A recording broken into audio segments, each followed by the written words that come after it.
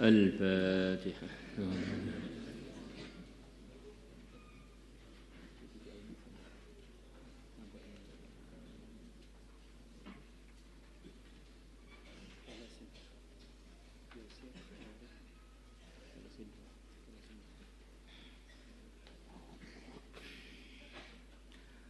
بسم الله الرحمن الرحيم. وعن الحارث بن هشام رضي الله عنه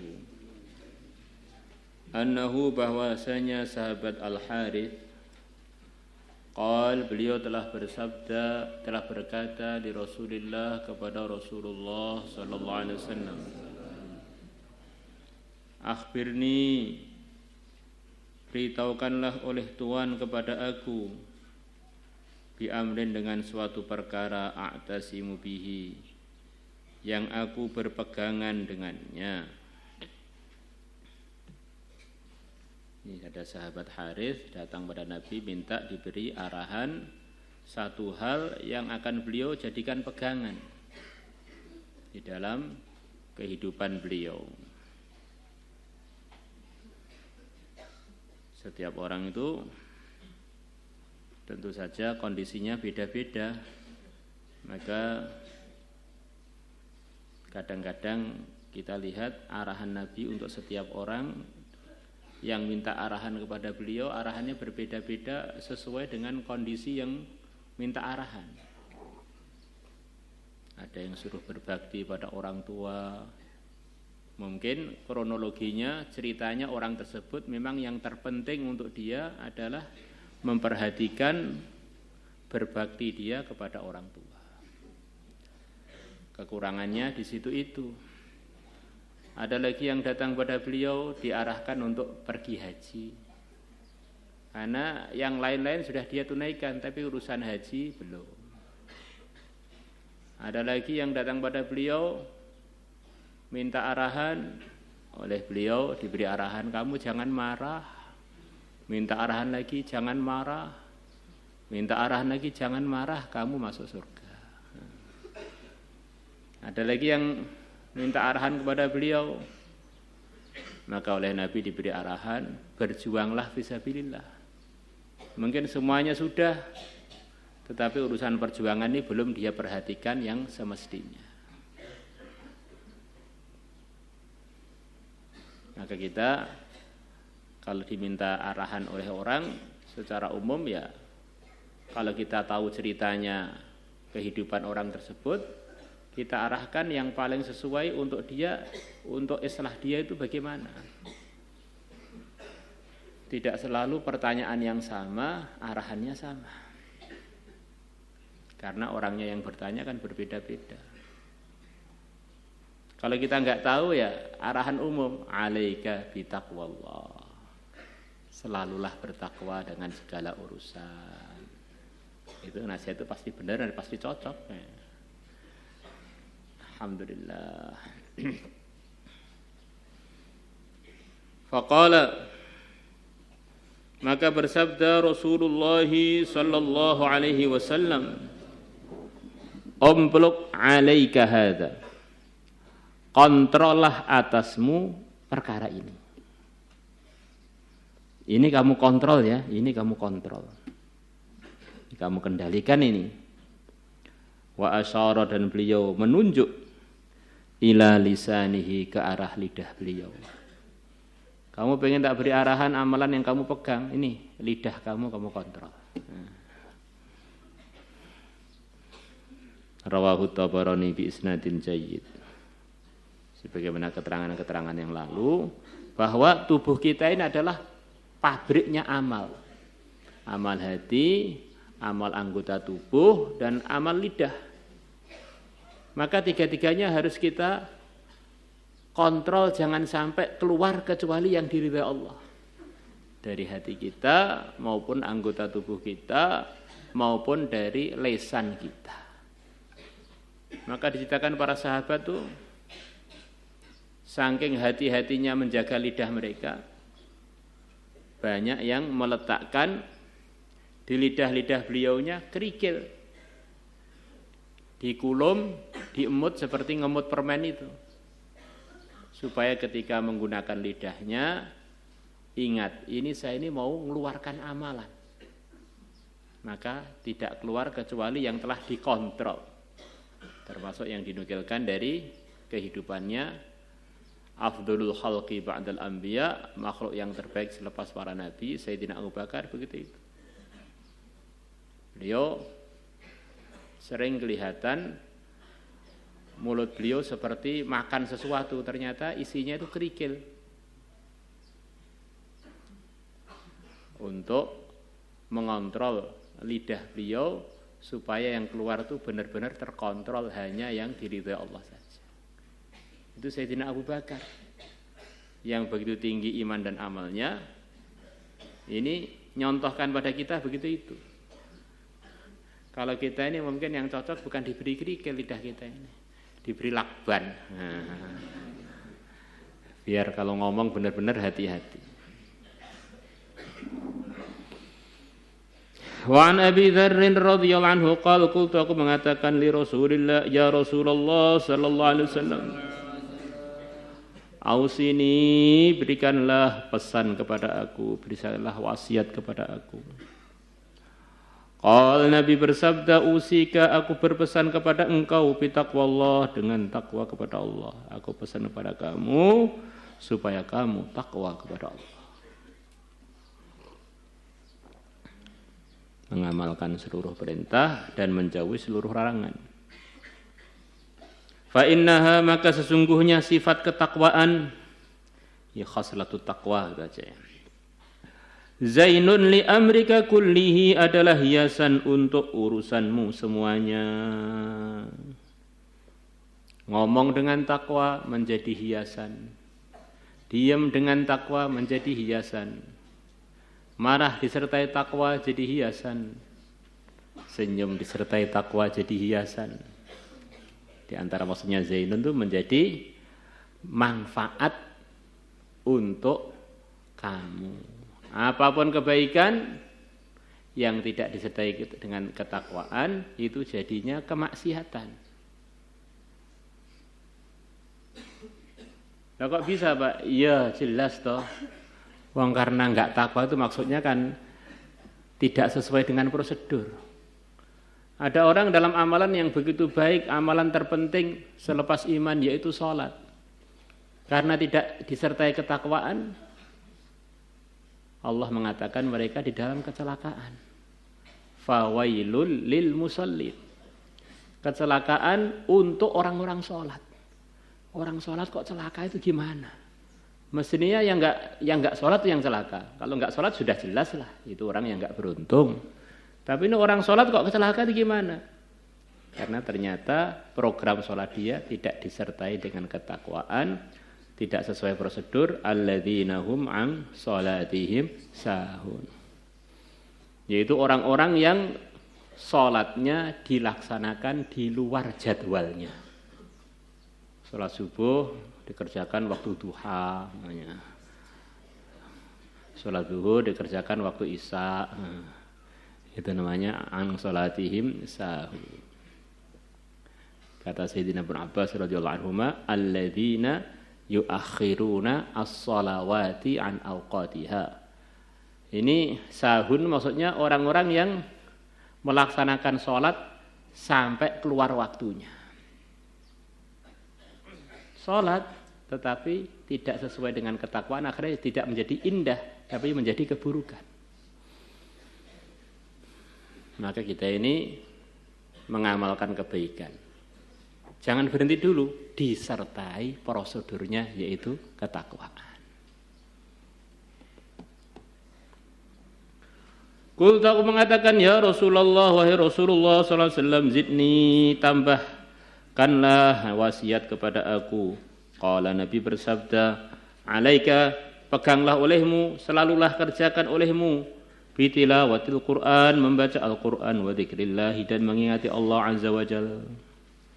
Alaika itu tidak akan terlaksana dengan baik sebelum orang melaksanakan yang diperintahkan dengan alaika selepasnya itu continue, rutin, sesering mungkin.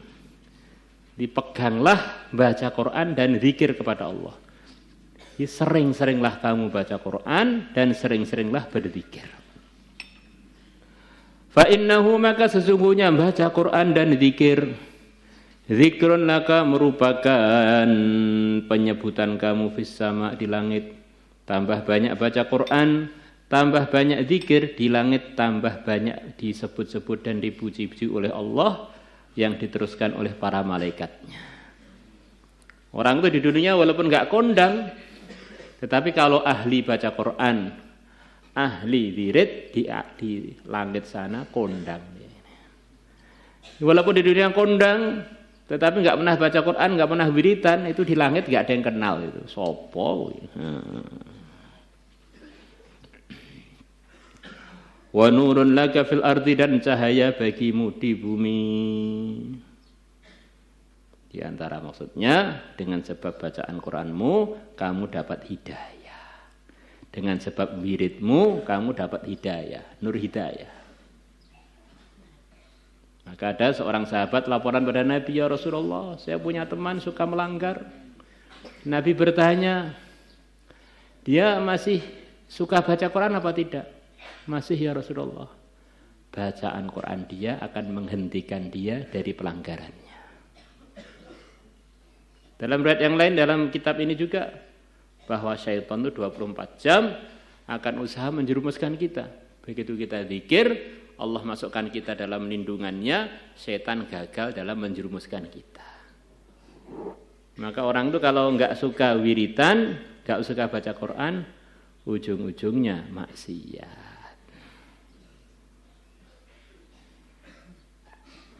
Tapi baca Quran yang bagaimana? Zikir yang bagaimana? Yang disertai ketakwaan. Ada orang itu sebetulnya zikir tapi dimurkai Allah. Mengzikirnya dengan cara yang tidak diridhai Allah. Dengan tidak mahram, campur aduk dan sebagainya ya. Jadi tidak dapat janji anugerah dengan sebab zikir tersebut.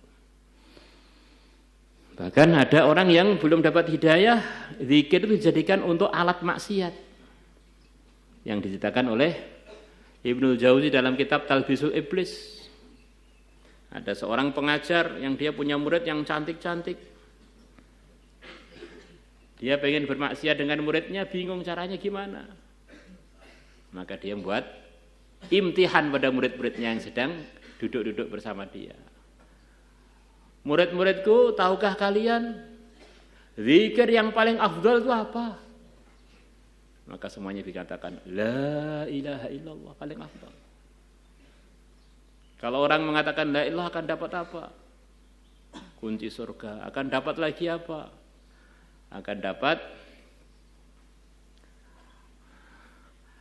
keistimewaan kalau zikirnya itu dibawa sampai mati, minimal dia akan dapat surga yang luasnya 10 kali lipat dunia, macam-macam. Maka dia nunjuk yang paling cantik. Coba kamu bilang, zikir yang barokah tadi. Maka santrinya bilang, la ilaha illallah. Maka dipanggil, luar biasa. Barokahnya luar biasa, keluar dari mulut kamu. Ini mulut yang barokah, kemudian dicium mulutnya. Ini namanya, ya itu tadi, apa saja yang tidak disertai ketakwaan, bisa jadi alat kemaksiatan walaupun namanya zikir. Walaupun namanya baca Quran. Maka kita harus hati-hati. Jangan berbangga dulu kita sudah dalam kebaikan. Kebaikan itu menurut kita apa kebaikan menurut prosedur? Maksiat di atas namakan tabarukan. Serepot. Qul aku mengatakan zidni, tambahkanlah kepada aku. Qala Nabi bersabda, alaika selalulah kamu pegang ditulis sumti, panjangnya diam. Jadi kamu banyak diam ya. Di aslinya arahan agama itu kurang lebihnya menurut pemahaman banyak ulama, kita ini jangan buka mulut kecuali yakin kalau pahala. Diam. Selain itu supaya diam aja. Mulut ini produksi kebaikan, kalau nggak produksi diam. Asasnya begitu itu. Jangan nggak ada tujuannya, nggak ada pahalanya. Mulut digunakan ngoceh sana ngoceh sini, teriak yang nggak jelas. Ya itu namanya nggak pintar. Ini pabrik kita diantaranya yang mulut itu pabrik amal. Fa innahu maka sesungguhnya panjangnya diam matradatun lisyaitan, menolak syaitan. Jadi setan itu diantara cara masuknya kalau kita salah dalam menggunakan mulut. Akhirnya amalannya salah mendatangkan gelapnya hati. Kalau hatinya gelap, nggak kuat amal, nggak menikmati amal, meninggalkan amal. Na'udzubillah, terlempar dari agama. Wa'aunun laka ala amri dinik, dan akan menjadi bantuan bagimu atas urusan agamamu. Dalam tafsir Shawi disebutkan kurang lebihnya, kalau kamu merasa dirimu itu loyo dari melaksanakan kebaikan, males, kebaikan itu males. Padahal perasaan kamu itu enggak buat maksiat, tapi kok males. Maka kata beliau, ingat-ingat, biasanya orang yang males dalam kebaikan itu karena suka omong yang enggak ada pahalanya. Kebanyakan ngomong. Di ngomong yang enggak ada pahalanya itu menyebabkan orang males dalam melaksanakan kebaikan, apalagi kalau ngomongnya gunjing, fitnah dan sebagainya. Maka kalau kita ini pengen belajar itu semangat, wiritan semangat, ngaji semangat, tahajud semangat, diantaranya jangan omong kosong. Wa'aunun laka ala amri dinik. Di vitaminnya semangat itu diantaranya ngontrol lidah jangan terbuka kecuali dalam kebaikan. Bukan ngobrol, gembos. Ya, apa itu seperti ban bocor itu akhirnya ya kempes, hilang tenaganya. Qul aku mengatakan zidni, tambahkanlah kepada aku. Qala Nabi bersabda, iyyaka wa kathratadh dhahik. Iyyaka jauhilah olehmu wa kathratadh dhahik, banyaknya tertawa. Nabi diceritakan pernah tersenyum, bahkan pernah tertawa yang sampai didengar oleh seluruh orang di majelis beliau. Bahkan beliau pernah tertawa sampai kelihatan gerahamnya, tertawa lepas pernah juga. Maka yang beliau arahkan jangan banyak ketawa, bukan jangan ketawa. Fa innahu maka sungguhnya banyak tertawa yumitul qalba, mematikan hati. Allah. Ini orang banyak tertawa itu mematikan hati. Ini maksudnya melemahkan hidayah yang ada dalam hati. Bahkan bisa menghilangkan nur hidayah itu. Wa yadhhabu, dan menghilangkan binuril wajhi, cahayanya muka. Mukanya hilang cahayanya. Maksudnya apa? Di antara maksudnya pertama, orang itu kalau soleh, itu orang itu melihat mukanya aja tampak ini orang baik. Tapi kalau orang itu kebanyakan tertawa, cahaya kesolehan itu lenyap dari mukanya. Seketok wong bedigasan rapatek bener ya. Di antaranya nurul wajhi, di antaranya adalah hilang kewibawaannya orang-orang terhadap dia karena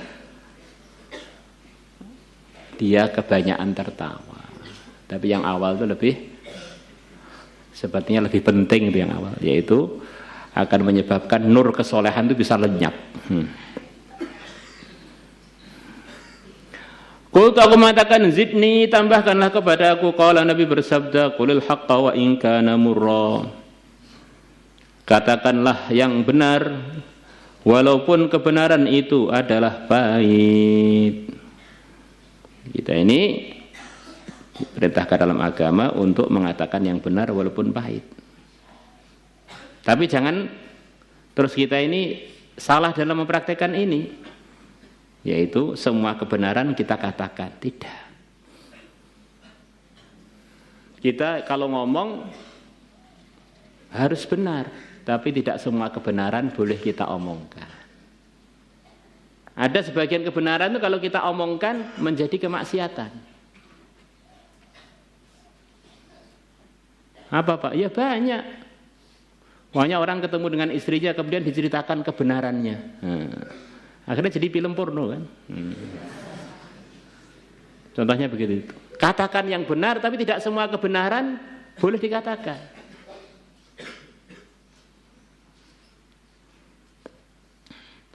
Qultu aku mengatakan zidni, tambahkanlah kepada aku. Qala Nabi bersabda la takhaf. Janganlah kamu takut fillahi, di dalam ridhonya Allah. Fillah ini di dalam mengamalkan agama, memperjuangkan agama, mempraktekkan yang diridhai Allah. Laumata laimin, caciannya orang yang mencaci. Jikalau perkara ini sudah benar, sudah diridhai oleh Allah, jangan mundur. Terus kerjakan walaupun ada yang mencaci. Tetapi kalau memang itu benar dan dikerjakan sesuai dengan prosedur, orang-orang yang benar akan dukung kita.